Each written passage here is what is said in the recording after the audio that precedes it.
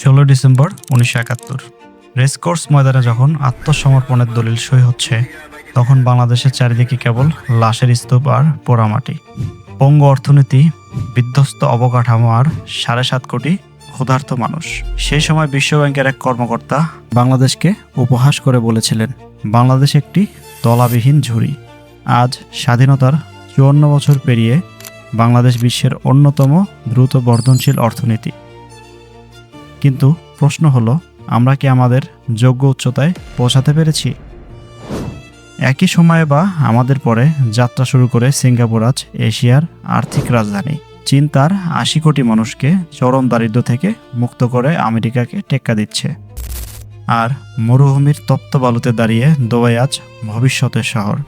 যেখানে এই দেশগুলো কয়েক দশকেই অসাধ্য সাধন করেছে, সেখানে আমরা কেন আজও দুর্নীতি, অদক্ষতা আর সিস্টেমের গেরাকলে আটকে আছি? কেন বাংলাদেশের প্রতিভা বিদেশের মাটিতে ফুল ফোটালেও নিজ দেশে অবহেলিত? আজ আমরা তথ্যের কাটাছেঁড়া করে দেখব ওরা কিভাবে পারলো আর আমরা কোথায় ভুল করছি। 1965 সাল মালয়েশিয়া থেকে জোর করে বের করে দেয়া হয়েছিল সিঙ্গাপুরকে। তাদের ছিল না কোনো প্রাকৃতিক সম্পদ, না ছিল এক ফোঁটা পানীয় জল, এমনকি এক বালতি পানিও তাদের বিদেশ থেকে আমদানি করতে হতো। লি কুয়ান ইউ যখন প্রথম রাষ্ট্রপ্রধান হন, তখন তার হাতে ছিল কেবল বেকারত্ব আর অপরাধে ভরা এক ছোট দ্বীপ। সিঙ্গাপুরের সাফল্যের প্রথম রহস্য ছিল মেরিটোক্রেসি, অর্থাৎ দলাদলি বা স্বজনপ্রীতি নয়, কেবল মেধাবীরাই দেশ চালাবে। লি কুয়ান ইউ দুর্নীতিকে ক্যান্সারের মতো ঘৃণা করতেন।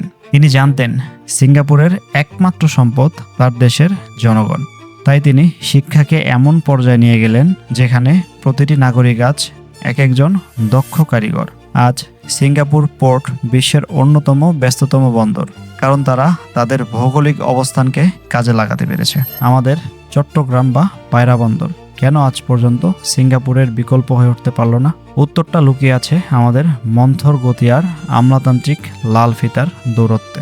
1978 সাল ডং শিয়াওপিং যখন চীনের দায়িত্ব নেন, তখন চীনের মাথাপিছু আয় ছিল বাংলাদেশের চেয়েও কম। চীন তখন একটি অতি দরিদ্র কৃষিপ্রধান দেশ, কিন্তু মাত্র 40 বছরে চীন আজ বিশ্বের দ্বিতীয় বৃহত্তম অর্থনীতি। কিভাবে? চীন ব্যবহার করেছে SEZ বা special economic zone model.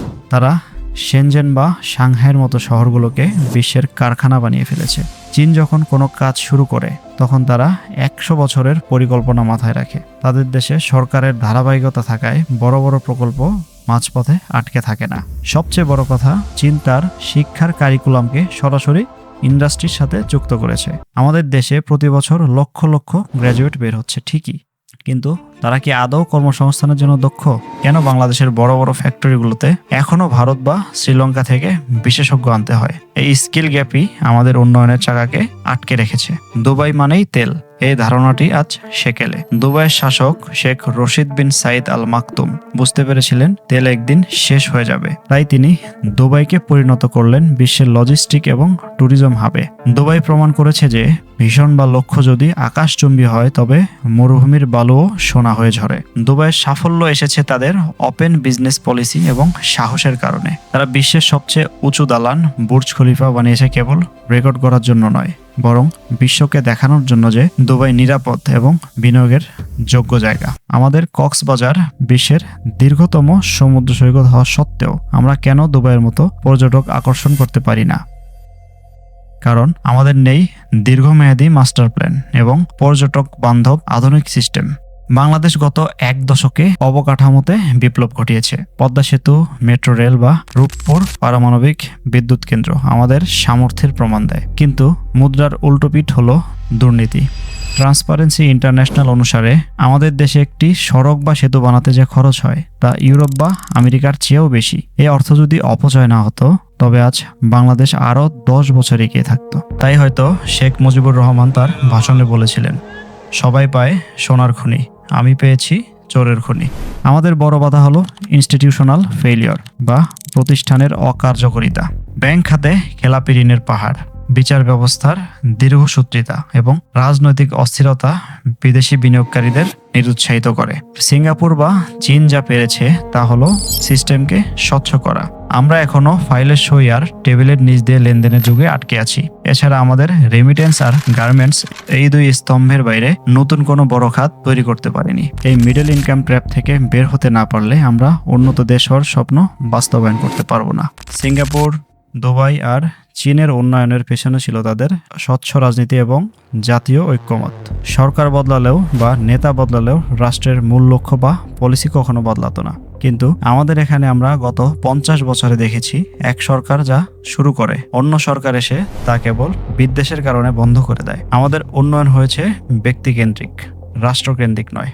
Singapore, চীন বা দুবাইয়ের ইতিহাস আমাদের শেখায় উন্নয়ন কেবল রাস্তার পিচ আর দালানের ইটে হয় না। উন্নয়ন হয় মানুষের মেধায় আর সিস্টেমের সততায়। বাংলাদেশের মানুষের মতো পরিশ্রমী জাতি বিশ্বে বিরল।